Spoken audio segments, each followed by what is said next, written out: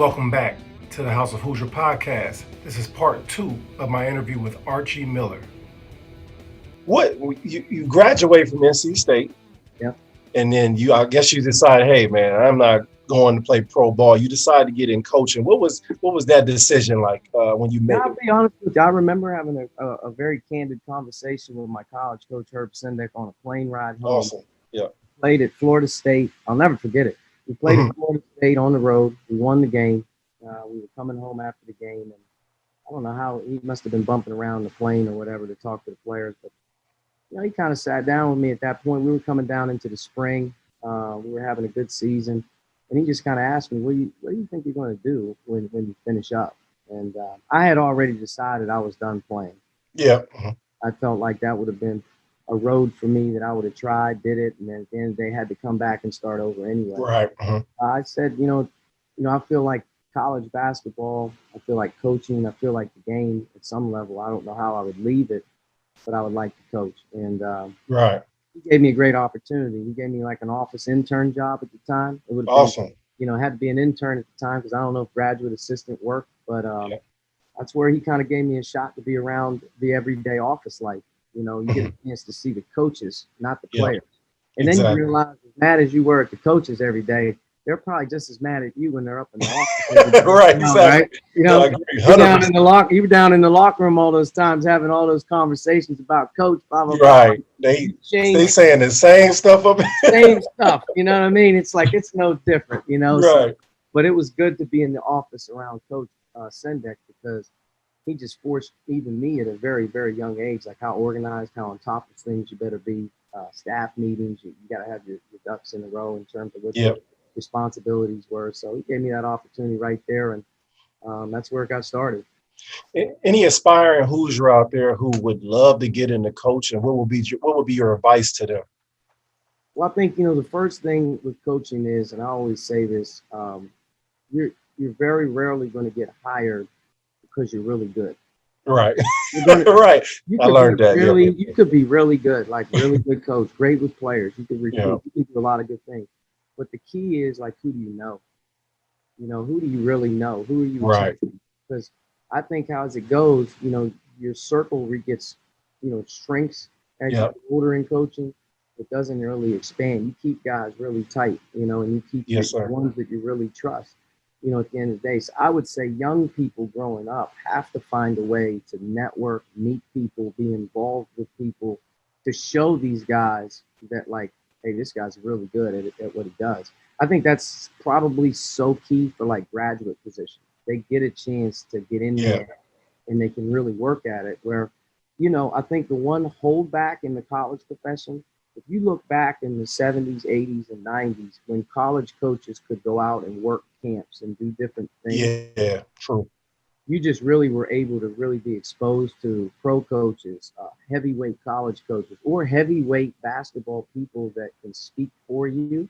Yeah. And now it's so restricted in terms of what you're able to do out there to branch yourself, to show yourself, that you really kind of get locked in with who you know. And to me, that's the biggest deal of coaching and getting in is you got to find a niche of people that you really like. They like you, and you work at it, and then you develop a network. Because if you have no network, man, you could be as talented as you want, but trust and who you know becomes probably more vital than anything. Absolutely, that's great advice, and I hope you guys are listening. It's just the way things are, and people think it's just because you got the greatest X's and O's or you love to watch the most film. It's all about who you know and creating that network. And you definitely did that. You spent a season at West Kentucky, 2 at NC State, 2 at Ohio State, 2 at Arizona, and then you get an opportunity to coach your own team. What was it like getting that first? Actually, let me rewind that a little bit. You had a top 10 recruiting class prior to your first opportunity at Dayton. Who was in that recruiting class at Arizona? Oh, man. I think that the recruiting class that we had got right before I left was, I think, Nick Johnson. Okay. I remember him, yeah. So Nick Johnson, Josiah Turner, Sadiki Johnson were committed. Yeah. I think maybe even Angelo Chol may have committed late in the spring after I had already left that first class. Nick ended up being an All-American at Arizona. That first year, I had a great relationship with him, but I had a great relationship with the kids at Arizona when I left. And that's the Mhm. thing people don't really, you move on, man. And when you move on, it's kind of like you just erase what you were doing for the rest of your life. And then you kind of Exactly right. scratch. And like when you go from, like you said, you go from Western Kentucky for a year. Mhm. I recruited Courtney Lee, at Western Ooh, Kentucky. Anthony Wynn, yes. we had a great team. And like Yep. you move on, and then you go to the next place, which was NC State, Arizona State. I'll never forget it. And we got to Arizona State. I'm in Phoenix for the first time in my life, Mhm. West Coast, and like I think maybe second, third day on the job. We were going to sit in front of this kid. And after California coach was going to bring over Reggie Morris was going to bring over one of his players. It was just Right. he was being recruited a little bit by the Pac-10 at the time, but he was going to probably make a decision on Kent State or Miami or Florida, and he was an LA kid. And I said, all right, so what's the kid's name? And I'll never forget Coach Sendak said, yeah, he's got Reggie Morris is going to bring over this kid from Louisiana High School. His name's Russell Westbrook. Oh, I said, all right, let me look him up. Let me see what he was. Let me see. right.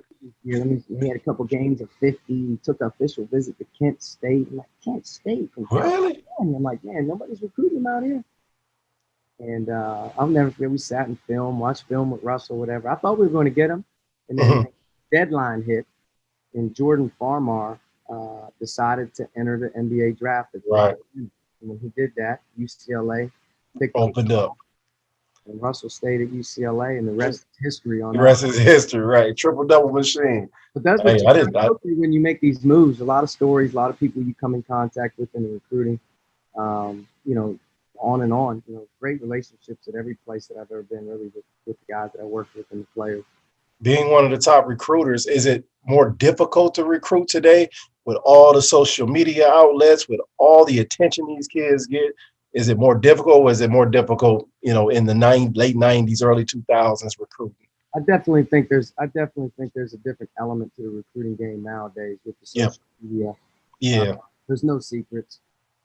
Back in the day, you used to be able to find your niche and find a couple guys and, bulldog the recruiting a little bit in terms of like the underground, be able to work the kid, work the mom without not everybody's filming them every time he's in the layup line. Right.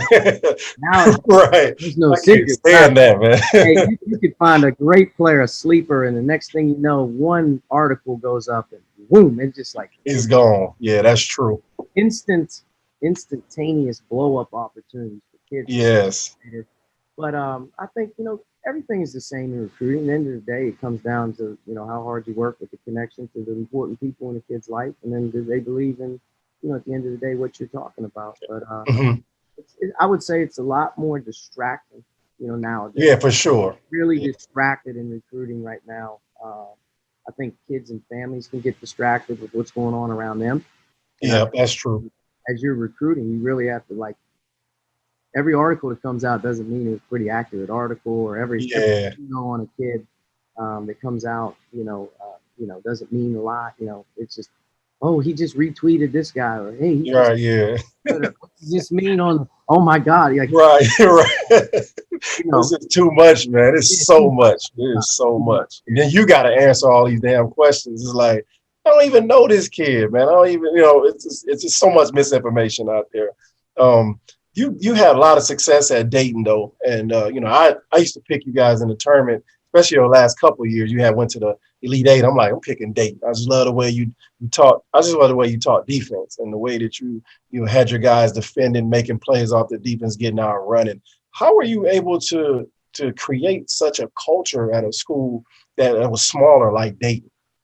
well, I think the one thing at a place like Dayton is until you're there, you don't realize the passion for basketball. Right. Mm-hmm. It's an incredible place to play. I mean, the players there are treated second to none. Their experience there as a student is like it's as good as it gets, and they can be, as they showed last year. I mean, they can legitimately contend for a Final Four moving forward. I mean, I think with their facilities and everything that they got going on, but we recruited guys that we felt had a chip on their shoulder. Yeah. Were a little, under the radar, too small for the Big Ten at times. Maybe couldn't shoot quite good enough for whatever. Right. And them guys, man, it just seemed like at the end of the day, we were very fortunate as we built that one of our teams, our Elite Eight team, really, to me, uh, bonded, experienced highs, experienced lows, and then experienced the ultimate highs. Yes, I sir. think when the team of guys that came back off that ultimate high, you know how it is. When you win on the biggest stage, man, you don't forget it. Right. Absolutely. Those guys never forgot how we got there and how we did it, and Yeah. they stayed. Very rarely are you going to get an Obi. Obi's Yeah, a for sure. national player of the year at Dayton, whatever it is. But you're going to get really good players that are going to get older. And Hmm. if you do it right, and you take a couple impact transfers along the way, that come for the right reasons, you got a chance to have a really talented group, which is what we did, and they stuck together through a long period of time and won a lot of games. And I think Yeah, you did. by the time we finished there, I think most of the players that we had there had great experiences. They Absolutely. got their degrees, and I'm happy that at the end of the day they have a place that they call home. They all go back there, so it was a good experience. Hey, I better see me a Archie statue up at Dayton at some point when you done with this thing, because I ain't know what the hell Dayton was until you start coaching there and start making some noise. So, and I mean that sincerely. The funny thing about it is, AJ, Don Donaher was is and was still to this day very close to Coach Knight. Okay. Donaher coached with Coach Knight in the Olympic game. Hmm. Coach Donaher was there, I guess, probably 25 to 30 years. He won an unbelievable amount of games. And if you look at the players and the teams that he had over the course of the 80s, 70s, 80s, late 60s, 70s, 80s, I mean, they're as good as they were in college basketball. And, with conference alignments, not having football at Dayton, their alignments in different leagues over the course of a couple periods of time really sort of pigeonholed them as a mid-major. Yeah, for sure. But they're the furthest thing from mid-major. I mean, when you walk into UD Arena for a game, it's as good as any environment that you'll play in. Absolutely. And the town revolves around, basketball. They love basketball. Absolutely. And with that attention and that the success you had at Dayton, it brought you an opportunity to come to IU and be his 29th coach. Take us back to the night that Dr. Glass called you and said, "Hey, we've chosen you to be the head coach at Indiana University." What was that like? And what, outside of your wife, who was your first phone call after that? I would say that, I wasn't obviously planning on getting any phone calls. I mean, Oh, really? not like you wake up and say, "Boy, I hope somebody calls me today." Right. But lo and behold, we did have a couple conversations, and after a couple conversations, it turned into a meeting. And I think once we sat down and talked about Indiana Hmm. University, where things are at, where they want them to go, how they wanted to do them, I felt just really confident that at the end of the day, the way we do things would work. We just needed an opportunity to be able to do it, our way. And Right. But yeah, when it became sort of official, clearly my wife and my daughter. You're right. I was actually with my dad at the time. Okay. So to be able to tell your dad that you were going to be the head coach Ooh. for a guy like him, he's thinking back like that's Bob Knight. I mean, Absolutely. so it was a surreal moment, at the end of the day for me and my family at the time. Nobody warned you about this wonderful, peaceful fan base that was awaiting you with open arms. Nobody told you about them. The funny thing about it is, I don't get too bent out of shape about people wanting to win. Right, for sure. I got you. I mean, at the end of the day, you can look at ESPN for the first 12 hours of the day, and I think the only thing they do on ESPN for the first 12 hours of the day is criticize every player and coach. Absolutely. Like, the world we live in. So but this fan base right here now, this is basketball 101. They love it. They love the players. The tradition is second to none. Game day second to none. And I think at the end of the day, they crave winners. Absolutely. All we're trying to do is be able to make them happy. Absolutely. You was one of the rare people to get an endorsement for, obviously I read this, but it couldn't be true, maybe not be true. You got an endorsement from Coach Knight you had an opportunity to meet Coach Knight, and what was your conversation with him like once you received the job from Indiana?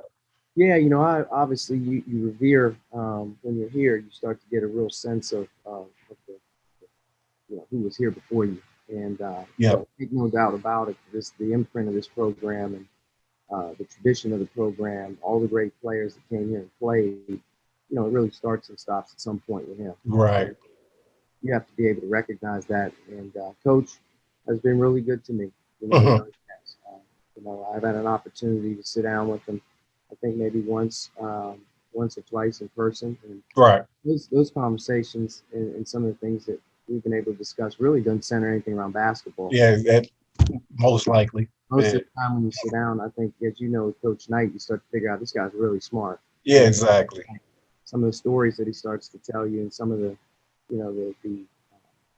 just the way that he talks, the way he's able to describe moments and time. Yeah.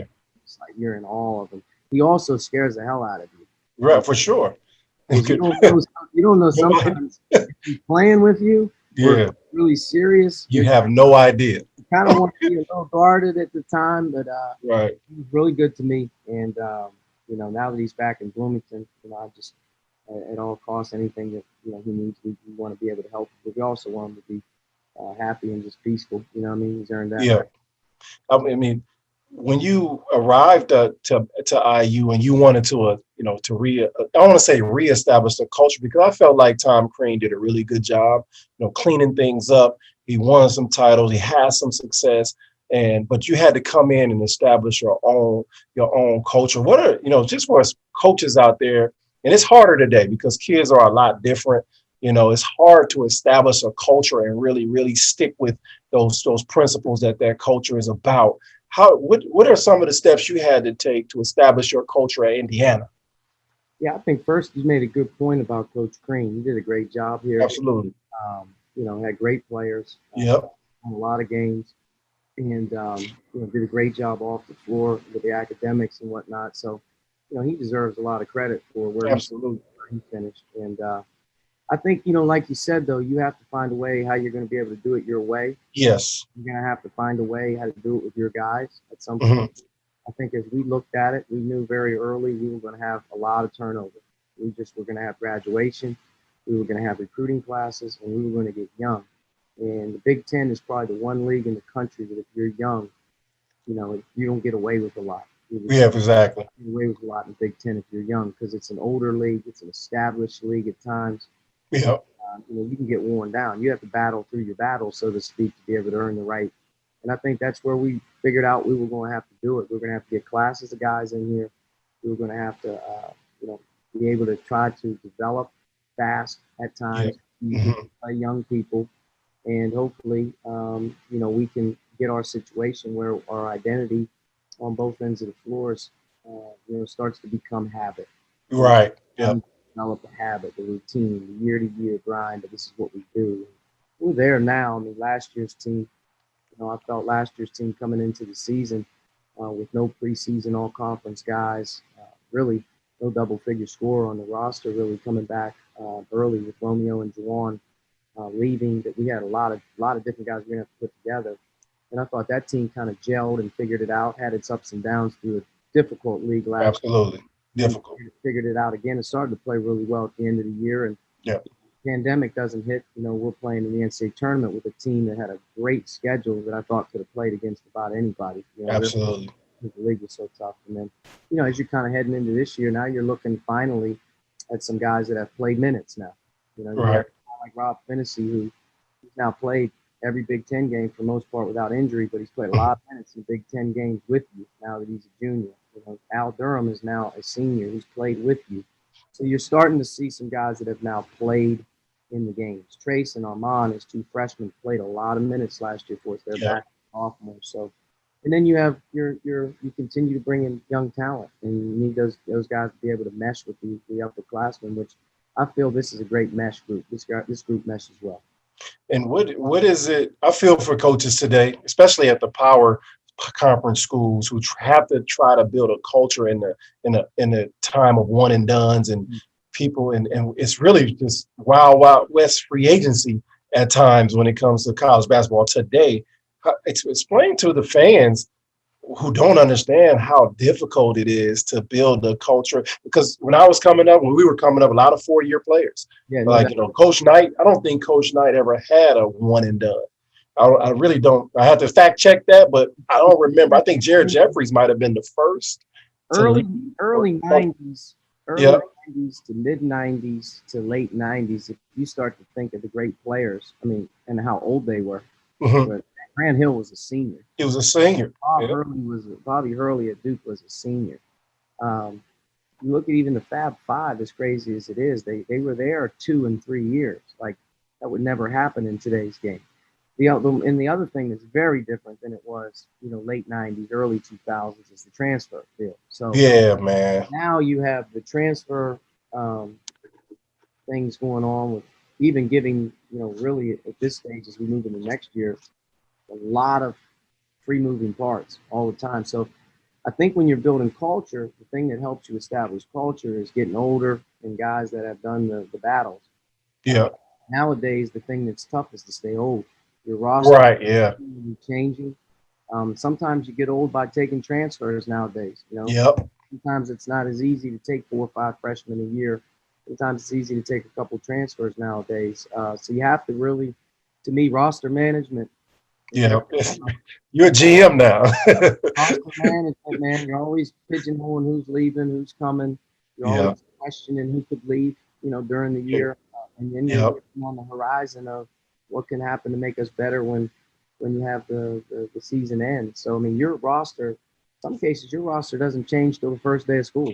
You're right, for sure. Yeah. For all those aspiring Hoosier fans, and fans have the best fan base to me in America because they just love basketball. The state of Indiana, period. When your coaches go out to recruit, what are the non-negotiables you look for in the Indiana basketball player? I think the biggest thing is, competitiveness. Yeah. I don't think you can put a value on how a kid competes and how a kid wins. Right. There's a lot that goes into that, and Mhm. the fabric of where he's coming from in terms of the basketball fabric and his fabric that's around him. You know what I mean? You have to be able to coach a guy that you want to coach your way. You can't Yeah. coach your way; it's not going to work, so to speak. But I think winning and competitiveness is the deal. And I think the second thing that we're constantly trying to find is, that talent, that transcendent talent that you can see. Yeah, for sure. That that you can bring the best out of them, whether that's the weight room or whether that's your individual, whether that's your style of play. Who can fit what we do and get better? You know what I mean? Is this guy right here? Boy, I believe in him because at the end of the day, I know with the way that we shoot the ball every day or the way that we train in the weight room every day, that this guy's going to be able to really max out in a year or two. So I mean, I think winning and competitiveness is huge. I think the second part of it is that talent, but also that ability that you feel you can make better. Now you're an ultra competitor because first people don't understand about you. You were a hooper first, and hoopers are ultra competitive and they hate to lose, and it carries over into coaching. Yeah. With the sensitivity today, have you had to rein yourself in a little bit when it comes to what you say, how you say it, give maybe a hug after practice that you normally wouldn't give? Do you find yourself having to do that? I think everybody has to be mindful these days, how you talk and how you act. I mean, there's no longer, with, like you said, social media or, what's acceptable, to certain people. Just it isn't like it. You're not going to get tapped on the back of the head, or you're not going to get in a huddle and somebody's going to grab your jersey. You get in trouble for that now. Right, for sure. I think that the practice setting is where you have to be yourself. I think in a game setting, players have to play. Yeah, for sure. Not that you're not going to, show emotion during the game or whatnot, but I think what you do every day in practice and what you do every day with your guys when you're working at it, that's when they have to see who you really are. You have to be yourself. So we get after it good. But I think there's a balance to it as well. You got to get after it.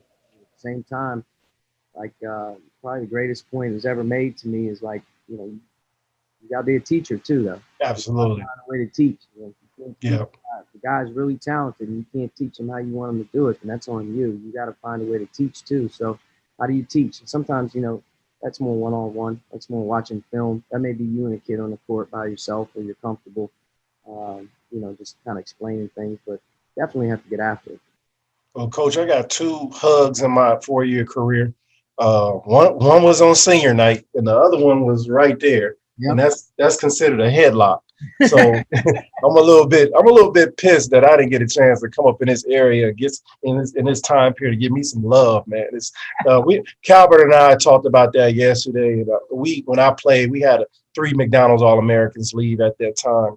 And I was explaining to him, I said, man, it was just a transition time from players like yourself, players like myself, who didn't need that in order to compete and succeed. We just wanted to hoop and win.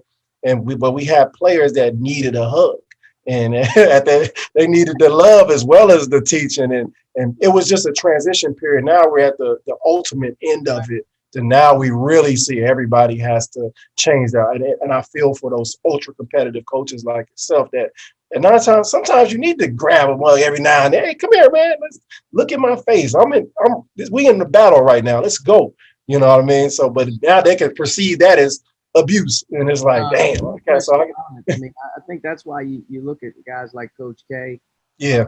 Look at guys like Tom Izzo. You look at guys that have really been doing this thing a long time that are able to still be successful, because how Coach K and Coach Izzo and how competitive they are, and they're able to still be successful now in this time with the great players that they have. And so you got to morph, you got to move around, you got to be able to change a little bit around you every once in a while. But I guarantee you, guys that play for Coach K, guys that play for Coach Izzo, they probably tell the same stories that they did to the guys that played 20 years ago. It's a little different way of delivering the message probably sometimes. Absolutely. I'm good friends with a couple of Michigan State former players, and they would say that Izzo's verbiage was just like Coach Knight's, but the difference was that his assistants and himself, there was always a kind of a follow-up to it.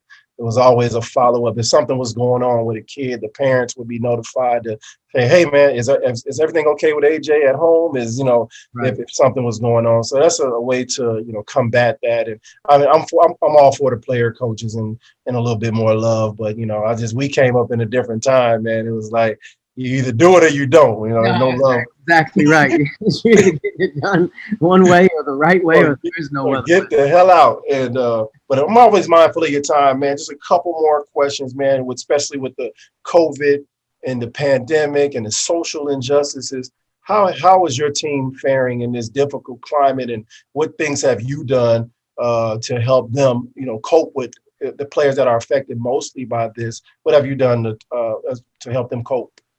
I think, very early on, the whole pandemic, it hit. We actually played the night before in the Big Ten tournament and got canceled the next day of the game when we were supposed to play. So it was sort of surreal that it was all happening. Then the tournament got canceled. And then next thing you know, everybody separated for like 14, 15 weeks straight. Absolutely. So in the midst of all the 15 weeks, and then you had the tragedy with George Floyd. So dealing with a lot of emotions with young people, and they're spread out from you. They're not around you. Typically, you know how it goes when you're with your guys and something needs to be done, you get together. So learning how to get together. For sure. Like this on Zoom or whatever it may be. And we had a lot of conversations like that surrounding, ways to stay busy, ways to stay productive, during the pandemic at home, when you don't have the facilities, when you don't have this and that, and being safe and smart, this thing, obviously, at that time, we didn't know much about, but we're further ahead now. So trying to help them understand what's going on. With the social injustice stuff, I think that just started really with a conversation, like everything. I mean, players need to talk.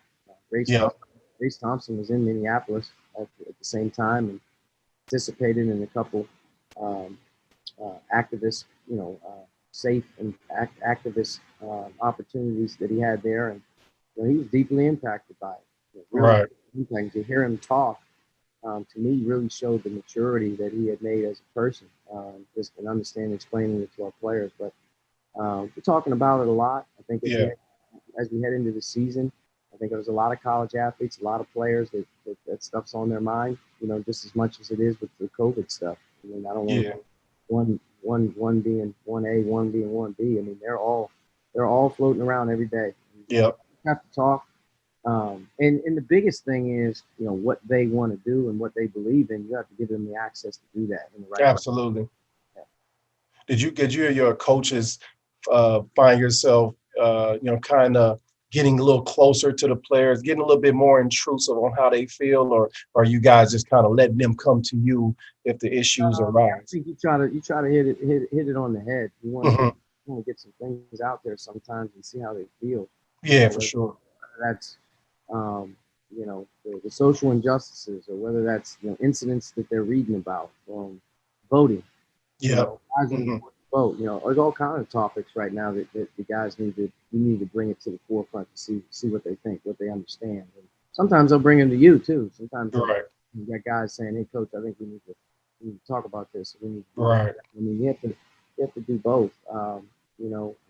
It's it's like a family, man. It's Absolutely. like a family. It is. It's like having 12 or 15 sons, and then you got assistant coaches. I mean, you got a big group of people that care. But I would say that once the pandemic really started to evolve, and we started to get further away from each other and further away from it became much more about how's everybody doing, rather than you were staying on your conditioning, stuff like that. I mean, it became much more about how are you handling this? How's your mom doing? Is she working right now? How is your sisters and brothers doing at home without going to school? Are you having to take care of them? And there's all kind of things that you started to really think about, on how these guys were being impacted. The normal everyday life had changed so drastically at a young age, and they're watching a lot of struggle. And they're watching a lot Right. of struggle, whether their families, had to stop working, or whether they couldn't go anywhere, they didn't have anywhere to go. I mean, there's a Yeah. lot of different things, I think, that put it in perspective of what they're going through, which you need to be mindful of. Yeah, I think the NCAA it hasn't got enough credit. I think they've made a lot of the necessary adjustments to help our students. And you bring up, and I remember when I was at Northwestern, there was like something that the NCAA allowed you guys to do. So if a player couldn't afford to go home for a funeral or something like that, they're able to fly and do a lot of different things. They were getting food, some were getting payment. The last couple of things, two things I will to talk about are. I know I was when I was in college and I was younger, I was against players being paid. But as I got older, and I said, but I also see what issues being paid can bring. Do you think that college players being paid to play is the answer, or is there another answer for making this equitable for everybody? Yeah, I don't know if it's going to solve all the problems, but I will say this, that the game has changed so drastically to television revenue, and the amount of money that's being brought in right now due to the sports. Uh-huh. It makes some sense that the guys that are playing every night on television and doing everything they can for the schools to be able to help themselves with their own name, image, and likeness. Absolutely. Okay, paying guys salaries or stipends and all that. I don't know about all that. But Yeah, I don't either. I know all this. You're a great player at Indiana, and you're an All-American, and they sell your jersey. I'm just putting an example out there. Your For sure. jersey's out there for young people to buy. Right. Why should you not be able to prosper off of that? That's you. That is who you are. That same thing with advertising. Same things with social media platforms right now. How things are growing. In just a fast way that these young guys and girls in general, just that go to college, have a lot of on their plate. And Yeah, for sure. Just because you play there nowadays for 4 years or 5 years, you get your degree, and then you go on with your life, doesn't mean that time period you shouldn't have something to show for it, in my opinion. Because a lot of, as you know, a lot of guys, when they're done playing ball, they're done playing. They're not going to play anymore. They're going to have to go earn a living doing something else, whether your education or whatever you want to do. But your time in college, you get that one opportunity. And if you're able to do it right, you can do a lot of good for yourself. But in the meantime, while it's going on, definitely should be able to help, and should be able to put people in position to be able to, bring bring more positive things to their own lives, through their own name, image, and likeness. I definitely believe in that. Absolutely. I always thought like, hey, it'd been awesome to have 20 grand to once I graduated from IU to access to get my life going, or to, just so I don't have to be out there struggling for a job, but I can actually live a little bit before I get my next job. I think, I do understand the Pandora's box that it opens if you start paying people. Your players will start pulling up in Bentleys and Right. you're like, hey, where you get this? It's definitely from the outside looking in. I think it's easy for everyone to say, hey, they have student athletes have this right to make money. They should have this right to do it. From the inside looking out, being able to police that stuff and being able to figure out how this is all going to be navigated and monitored. I just that's an answer I don't think a lot of people have, which that's why it's going to such a level of being able to figure out, how they're going to pull this off. But it's coming. And I do think that Indiana University, I'm talking every single day to Scott Dolson, I love the way that they've approached it, just in terms of trying to be at the forefront of being one of the leaders in name, image, and likeness. So I really, really like the plan. I love the talks. We talked to Mark Cuban. We talked to a lot of different types of people about how this can transcend things for your own student athletes in general and the perception around your athletic department. So Scott's done a great job with that, and the administration's really, to me, giving me a really good vibe that Indiana is going to be one of the leaders in that topic. Awesome. And lastly, man, give the fans would like to know what, give a kind of an in-depth analysis of your first couple weeks of practice, couple practices, how the team's looking, who's shining a little bit, and what we got to look forward to this season if we're fortunate enough to play. Well, I think that number one, we have a really likable group. Yeah. We have a group of people that as you watch them, it would be hard for people to not like them. They like each other. They play for one another. They work with one another really well. Our young guys have fit in seamlessly, and our older guys that are all back from a year ago have really done a really good job, number one, bringing them in. But I think just in general, we have some guys with some experience, and I think that we have some really talented playmaking opportunities for guys that can really do some things that we haven't been able to do in the past, just in terms of being able to play with some space. I think that's good. Defensively, I think each team that you have is a little unique, but we have a chance, I think, to be, a quicker team, a team that is more deflection oriented, it's more harass oriented than it is. Hey, we got bigs, we got size, we can protect the basket. We're gonna have to get after it in different ways defensively, but I like this team. I like this group. They're fun to coach. It's nice to go to practice every single day and know what you're getting from every guy. I think Trace has really stood out here in the first few weeks of going, the easiest jump you make, not easy, but the biggest jump you make 1 year to year two. He's a second year. He's through that first year. And he's been dominant at times in practice. But we have a lot of improved guys.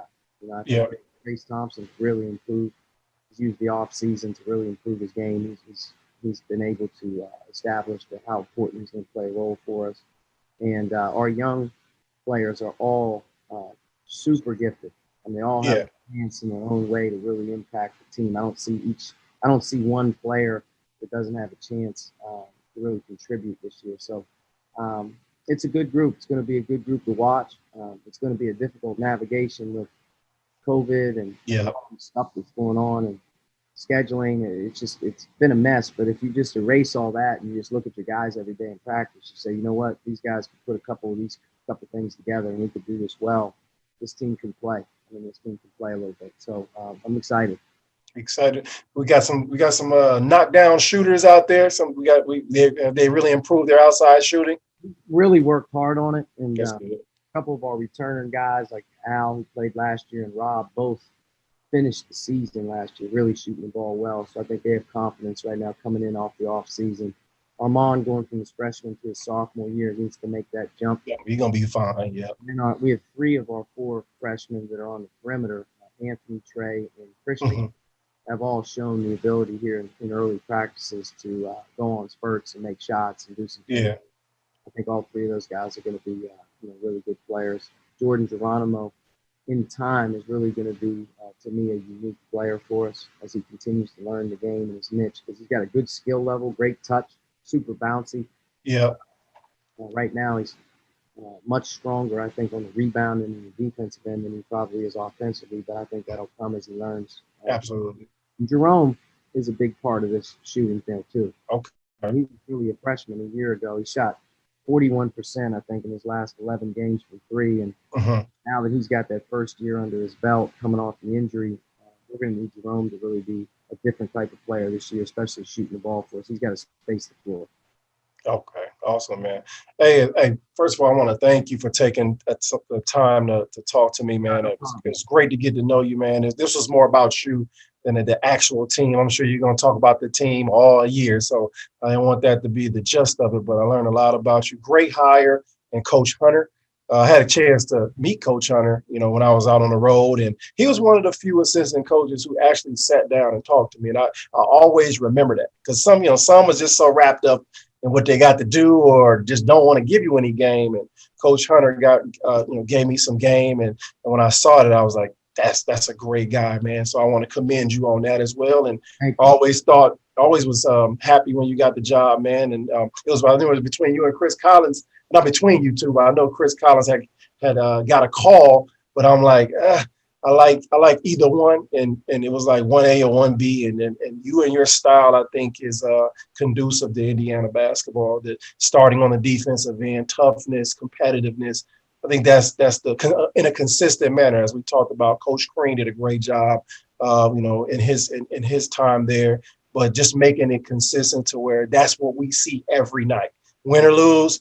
That's what we said. I think you're going to bring it. I'm not tooting your horn and saying that because you're here. I thought that from the beginning. So wanted to get that out there. But, man, hey, have a great preseason, man. I hope we get to see some college basketball, man. And so put this stuff all and put that ball in the basket and get Indiana basketball back in the competitive frame. So we'll be in touch with you, man. Thank you for your time, Coach. Anytime you need me, let me know. And I appreciate all the good things and whatnot. But as you know, it's a great place. And yes, sir. I'm glad you're able to get out here and get a lot of our guys. Hopefully as time goes by, you bring a lot of the old characters back to the forefront. Absolutely, that's the goal. We're gonna be there to see you, man. I missed you down there at the reunion. You were in a hurry. You guys had a game. You came and spoke to Coach, and you darted out of there because you had a game, so you guys were preparing. Hopefully, I know COVID really stopped some things this summer, but as soon as things get cleaned back up, I know we're going to have everybody back. Absolutely. All right, Coach, man. Have a great day, and thank you. Thanks, man. We'll see you. All right, peace.